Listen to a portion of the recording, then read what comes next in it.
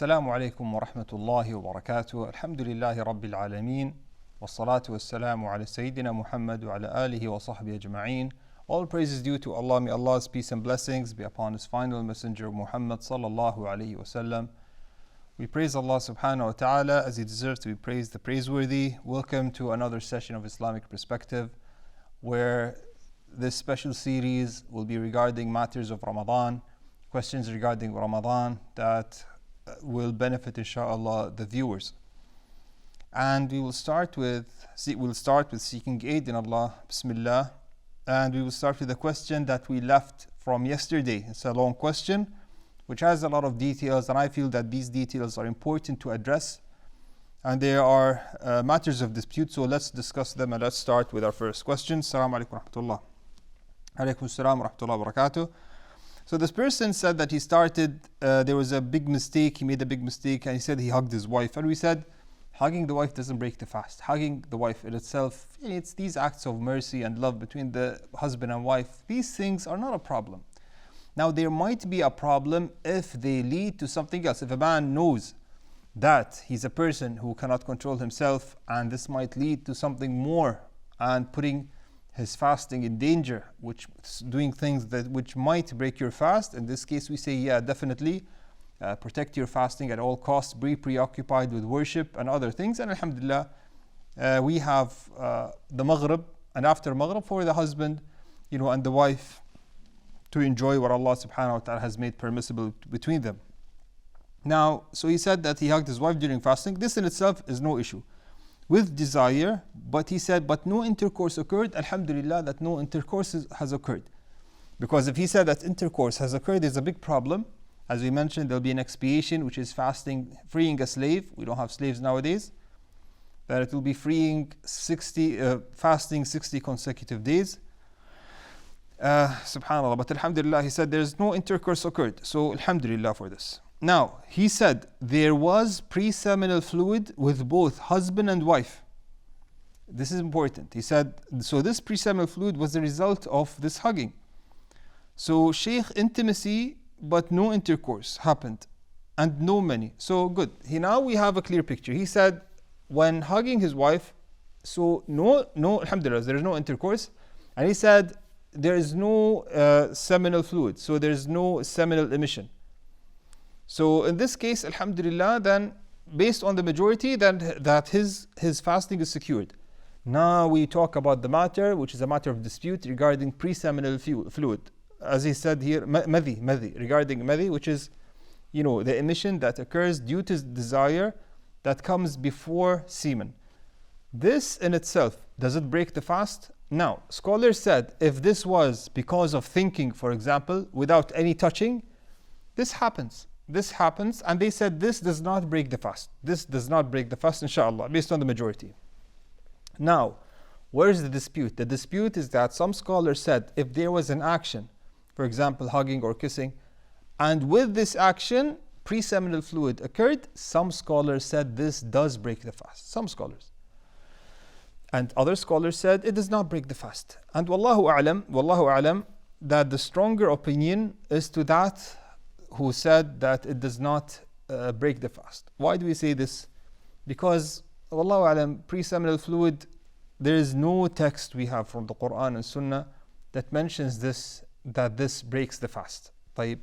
So if that's the case, honestly, taking the opinion that it breaks the fast, I feel that it's difficult, and this is something that can occur. So subhanallah, we feel that this is the stronger opinion. And this is the easier opinion for the people that, pre-seminal fluid, even if hugging occurred, does not break the fast. Wallahu alam. So he said, what do we do? Now, what do you do for next time? You protect your fasting. And you try your best, if you know yourself that you might fall into this, and this might lead to something more dangerous, like, seminal emission or intercourse. So we say that you should avoid any unnecessary contact, especially intimacy, all forms of intimacy until Maghrib. So he said, should we make it up to be safe? Inshallah, no. You don't need to make it up. Inshallah, your fasting is safe and your fasting is valid. No makeups are required. طيب. So then he said, do we have to fast 60 days each as kafara? The kafara, the expiation of fasting 60 consecutive days, we said this is the case where if intercourse occurred. So even if hugging occurred, no intercourse occurred, even if seminal fluid, if seminal emission occurred, their fasting is broken. But there's no kafara. The kafara is only in one situation, where if intercourse occurred in the day of Ramadan for residents without an excuse for breaking the fast. So for example, if they were sick, both of them, and it was permissible for them to break the fast, then intercourse occurred, it's not going to be a kafara. But if it was, or for example, they're traveling and intercourse occurred in Ramadan, no issues, because it's permissible for a person who's traveling to break his fast. But in this case, they're residents, they're fasting. They don't have an excuse to break their fast. And so if in this case, if intercourse did occur, even if there was no seminal fluid, if intercourse by itself, penetration by itself occurred, this by itself will obligate fasting 60 consecutive days as a kafara. And of course, for this matter, fasting 60 consecutive days, if a person was not able, then he has to feed 60 poor people. But alhamdulillah, no intercourse occurred in this situation, so this ruling does not apply, alhamdulillah, and you don't need to fast any other days, because inshallah your fasting is valid, wallahu alam. But be careful for next time. طيب, move on to our next question. Assalamu alaikum wa rahmatullah. Wa alaikum assalam wa rahmatullahi wa barakatuh. I am traveling to India in a couple of days and wanted your guidance regarding the difference of days between the two countries. First, I am planning to fast while traveling. Is this okay? If I reach there in Ramadan, then I fast with them. If I reach there in Ramadan, then I fast with them. Yes, sir. Should I just add it to the days I already fasted in UAE? Now, if it is Eid in UAE, do I break my fast in India regardless if it is Ramadan or not? طيب, so many questions. Let's address it one by one. Alhamdulillah wa salatu wa salam ala Rasulillah. So he said, I'm traveling to India in a couple of days and wanted your guidance regarding the difference of days between the two countries. So obviously, what does he mean by this? Let me explain.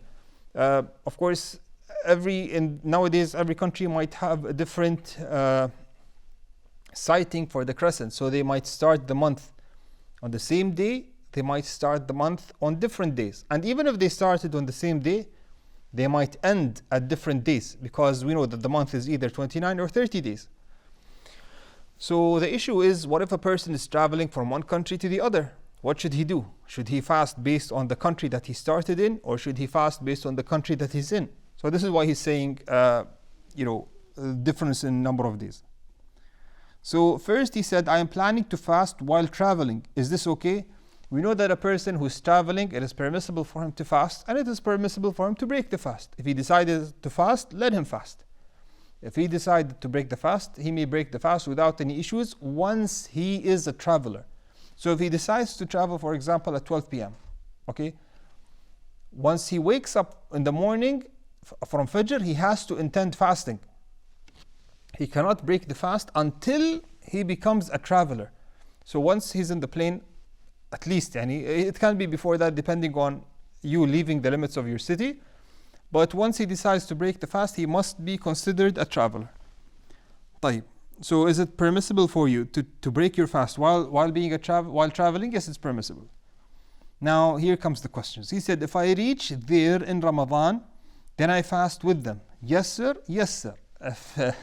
If you reach there in Ramadan, you fast with the people. The Messenger Muhammad ﷺ said, الصوم يوم يصومون والفطر الصوم يوم تصومون والفطر يوم تفطرون والأضحى يوم تضحون. Meaning that fasting is the day that everyone fasts, and Eid is the day that everyone celebrates Eid. So if you're going there in Ramadan and everyone is fasting, definitely you join them in fasting. There's no issues with this.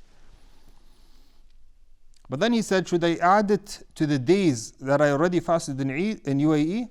Good question. So in UAE, you have to observe how many days did you fast. This will make a difference later.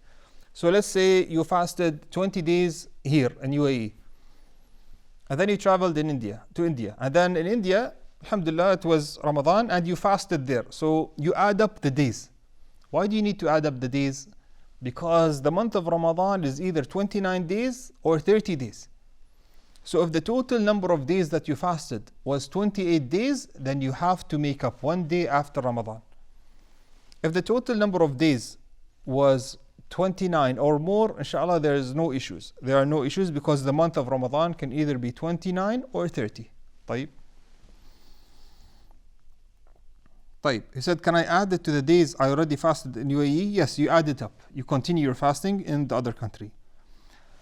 Now we have the other issue that he mentioned here.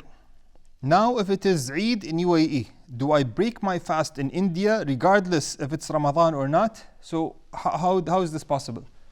So he started fasting here in UAE, and let's say that India entered Ramadan one day later compared to UAE. So UAE, they started fasting, and 29 days they saw the crescent of Shawwal, and they celebrated Eid. So Ramadan was 29 days. In India, the Ramadan started one day later, and also in India, they fasted 29 days. But in the 29th day of when UAE was celebrating Eid, the people in India will be what? Still fasting Ramadan. It will be the 29th day. So in this case, UAE, he started his fasting in UAE, and it was what? It was, when he fasted in UAE, it was considered his start of his fast. And now UAE, they're celebrating Eid. In India, they'll be fasting Ramadan. So what should you do? You should fast with the people. You should fast with the people. So you should fast with the people, regardless if you fasted 29, 30 or 31. You should fast with the people. And then you look at the number of days. So let's say that UAE and India both fasted 29 days. And you added up the days and you found out that you have fasted 28 days. Here you have to make up one day. You have to make up one day after Ramadan. طيب, and you have to intend that this is considered of the fasting of Ramadan. So you have to complete your fasting. You have to complete your fasting. So this is regarding this person's question. So inshallah, we have addressed all the issues here. We move on to our next question. Assalamu alaikum wa rahmatullah. Wa alaikum assalam wa rahmatullahi wa barakatuh. While showering in hot water, I am having doubts that something entered my mouth. I did spit it out. Do I need to make up the day? Is it permissible to shower while fasting, risking water to enter the mouth? طيب, alhamdulillah wa salatu wa salam ala rasulillah. So this person is saying that while showering in hot water, there is steam. طيب. There is steam in the bath, in the shower, and this steam, a person could breathe it in, not intending to do so. And this person said that they did try to spit it out. They say, do I need to make it up? What if somebody, for example, accidentally swallows something? He did not intend it. It happened without his intention. So does this person need to make up a day? Does it break your fast? No. If he did not intend and it happened accidentally, then he is excused for this. And there are no issues. No makeup is required. That's why scholars specifically mention, let's talk about wudu. Every day, 5 times a day, طيب, especially while fasting, you're going to be doing this at Fajr, at Dhuhr, at Asr, and even for Maghrib. You're going to be performing wudu. You're going to be putting water in your mouth, washing your mouth 3 times, and then you're going to put water in your nose and inhaling it. Definitely, there's a chance for some water to enter the throat. And this occurs on a daily basis, and the companions used to do this. So if a person did not intend, the scholars say this, if a person did not intend, and subhanAllah, some water did actually go in without you intending, and you were not able to spit it out, there's no issues on you, and your fasting is protected and is saved. You don't need to make it up. Don't over worry, don't overcomplicate these matters. Inshallah, your fasting is secure, And inshallah, you do not need to make it up. So this person here is asking, is it permissible to shower? Look, this is what happens. Because if you say to yourself, I do not want to risk something to enter, and this steam might enter, this person might end up not going outside, because the same thing you can say with dust. If there was dust particles, this might enter without you intending. And do you say that, subhanAllah, your fasting has broken? No. This is something that they say you were forced, it was forced into you. You had no intention, you cannot block it. So this does not break your fasting. This does not break your fasting, and you can shower whenever you need. And you don't need to worry about the steam, that enters, because this is something outside your control. You did not intend this. So do you say, is it permissible to shower while fasting? Definitely it's permissible to shower while fasting. And risking water to enter the mouth, if that was risking water to enter the mouth, you're doing this every time you're performing wudu. You're putting water in your mouth, and there's a risk that water might enter. And wudu is an obligation for salah. So don't complicate these matters and don't over worry, and inshallah your fasting is preserved. طيب, Allahu alam.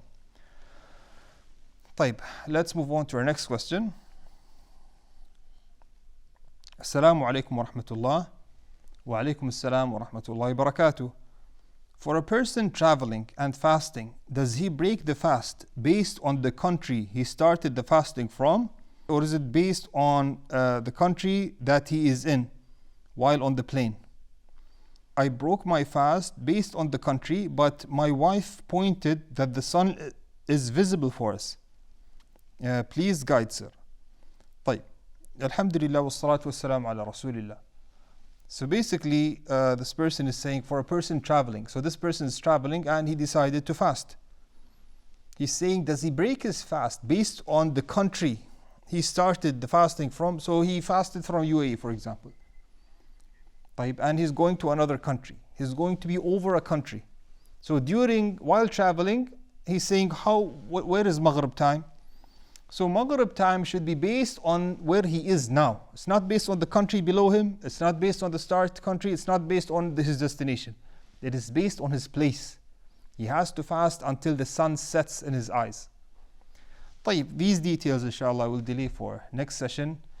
And for tomorrow, inshallah, we'll continue this question. With this, we will end. هذا والله أعلم وصلى الله على نبينا محمد وعلى آله وصحبه وسلم. جزاكم الله خيرا.